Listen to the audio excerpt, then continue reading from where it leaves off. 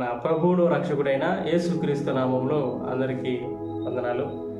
18వ రోజులో ఆదికాండము 18వ అధ్యాయము 1 నుంచి 33 వచనములు మనకు చదవడానికి ఇచ్చిన కృపను బట్టి, ధన్యతను బట్టి దేవునికి మహిమ కలుగును గాక. ప్రతి ఒక్కరు కూడా నాతో పాటు చదవాలని, ప్రార్థనలో ఏకీభవించాలని కోరుతున్నాను. ప్రార్థన. మహాపరిశుద్ధుడు, మహాగణుడు, మహానీయుడైన యేసయ్య నిఘనమైన శ్రేష్టమైన నామానికి స్తుతులు స్తోత్రాలు చెల్లించుకుంటున్నాం తండ్రి. ఇంతవరకు తండ్రి ప్రభా 17వ అధ్యాయాలు మేము చదువుకొని నీ నామాన్ని స్తుతించడానికి ఇచ్చిన కృపను బట్టి, ఘనతను బట్టి నీకే మహిమ కలుగును గాక ప్రభా. అయ్యా, 18వ అధ్యాయంలోకి మేము వెలుచుండగా మాకు తోడుగా ఉండండి. ఎలా చదవాలో, ఎలా అర్థం చేసుకోవాలో, ప్రతి ఒక్క వాక్యాన్ని మేము వాక్యాన్ని బట్టి ఎలా నడుచుకోవాలో మాకు నేర్పించమని, ప్రతి ఒక్కరిని దీవించి ఆశీర్వదించి నీ మెండైన దీవెనలతో నింపమని యేసు పరిశుద్ధ నామంలో అడుగుచూ ప్రార్థించి వేడుకుంటున్నాం తండ్రి. ఆమేన్. Praise Lord. ఆదికాండము 18వ అధ్యాయము 1 నుంచి 33 వచనములు మనం చదువుకొని దేవుణ్ణి స్తుతించాలని ఆశపడుతున్నాను. నాతో పాటు కూడా మీరు కూడా చదవాలని కోరుతున్నాను. మరియు మమ్రే దగ్గరనున్న సింధూర వనములో అబ్రహాము ఎండవేళ గుడారపు ద్వారమందు కూర్చుని ఉన్నప్పుడు యెహోవా అతనికి కనబడెను. అతడు కన్నులెత్తి చూచినప్పుడు 3 మనుష్యులు అతని ఎదుట నిలబడి ఉండిరి. అతడు వారిని చూచి గుడారపు వాకిటి నుండి వారిని ఎదుర్కొనుటకు పరుగెత్తి నేల మట్టుకు వంగి, ప్రభువా, నీ కటాక్షము నా మీదనున్న ఎడల ఇప్పుడు నీ దాసుని దాటిపోవద్దు. నేను కొంచెం నీళ్లు తెప్పించదను.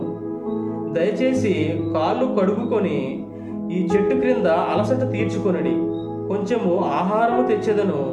మీ ప్రాణములను బలపరుచుకొనుడి. తరువాత మీరు వెళ్ళవచ్చును. ఇందు నిమిత్తము కదా మీ దాసుని యొద్దకు వచ్చితిరనెను.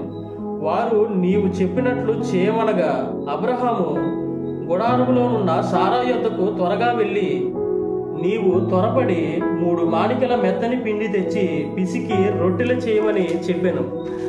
మరియు అబ్రహాము పశువుల మందకు పరుగెత్తి ఒక మంచి లేత దూడను తెచ్చి ఒక పనివానికి అప్పగించెను. వాడు దాన్ని త్వరగా సిద్ధపరిచెను.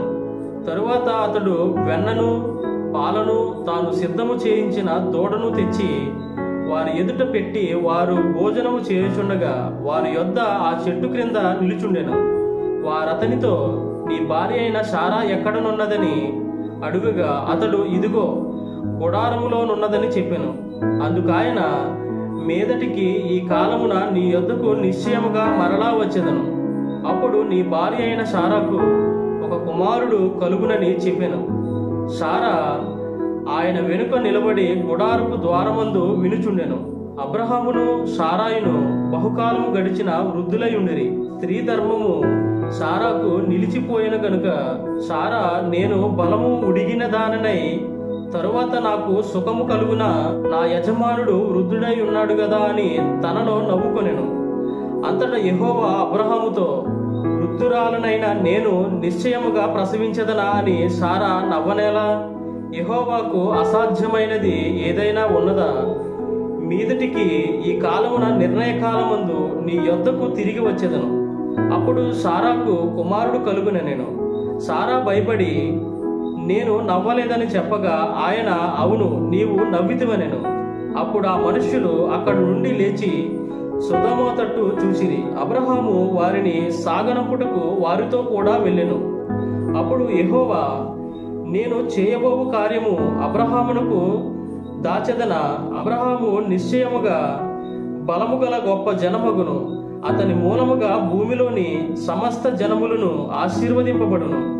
ఎట్లనగా యెహోవా అబ్రహామును గూర్చి చెప్పినది అతనికి కలుగజేయనట్లు తన తరువాత తన పిల్లలను, తన ఇంటివారును నీతి న్యాయములు జరిగించుచు యెహోవా మార్గమును గైకొనుటకు అతడు వారికి ఆజ్ఞాపించినట్లు నేనతని నెరిగి ఉన్నానెను.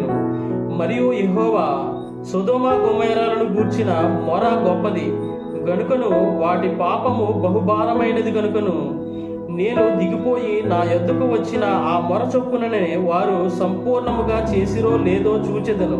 చేయని ఎడల నేను తెలిసి కొనుదనెను. ఆ మనుషులు అక్కడి నుండి తిరిగి సొదొమ వైపుగా వెళ్ళిరి. అబ్రహాము ఇంకా యెహోవా సన్నిధిని నిలుచుండెను. అప్పుడు అబ్రహాము సమీపించి ఇట్లనెను, దుష్టులతో కూడా నీతిమంతులను నాశనము చేయుదువా? పట్టణములో ఒకవేళ 50 మంది నీతిమంతులు ఉండిన యెడల దానిలోనున్న 50 మంది నీతిమంతుల నిమిత్తము ఆ స్థలమును నాశనము చేయక కానవా? ఆ చొప్పున చేసి దుష్టులతో కూడా నీతిమంతులను చంపుట నీకు దూరమవునుగాక. నీతిమంతుని దుష్టునితో సమానముగా ఎంచుట నీకు దూరమవునుగాక. సర్వలోకమునకు తీర్పు తీర్చువాడు న్యాయము చేయడా అని చెప్పినప్పుడు యెహోవా సొదొమ పట్టణములో 50 మంది నీతిమంతులు నాకు కనబడిన యెడల వారిని బట్టి ఆ స్థలమంతటిని కాయుదునెను. అందుకు అబ్రహాము, ఇదిగో ధూళియు బూడిదయునైనా నేను ప్రభువుతో మాటలాడ తెగించుచున్నాను.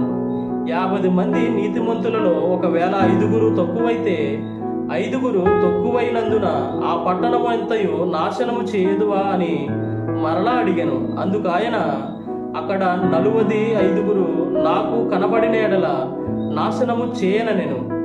అతడింకా ఆయనతో మాట్లాడుచు, ఒకవేళ అక్కడ 40 మందియే కనబడుదురేమో అనినప్పుడు ఆయన ఆ 40 మందిని బట్టి నాశనము చేయక ఇందునని చెప్పగా, అతడు ప్రభువు కోపపడని యెడల నేను మాట్లాడెదను. ఒకవేళ అక్కడ 30 మందియే కనబడుదురేమో అనినప్పుడు ఆయన అక్కడ 30 మంది నాకు కనబడిన యెడల నాశనము చేయనెను.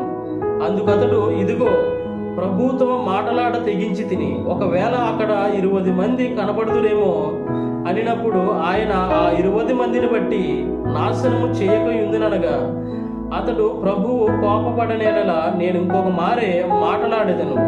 ఒకవేళ అక్కడ 10 మందియే కనబడుదురేమో అనినప్పుడు ఆయన ఆ 10 మందిని బట్టి నాశనము చేయక యుందునెను. యెహోవా అబ్రహాముతో మాటలాడుట చాలించి వెళ్ళిపోయాను. అబ్రహాము తన ఇంటికి తిరిగి వెళ్ళెను.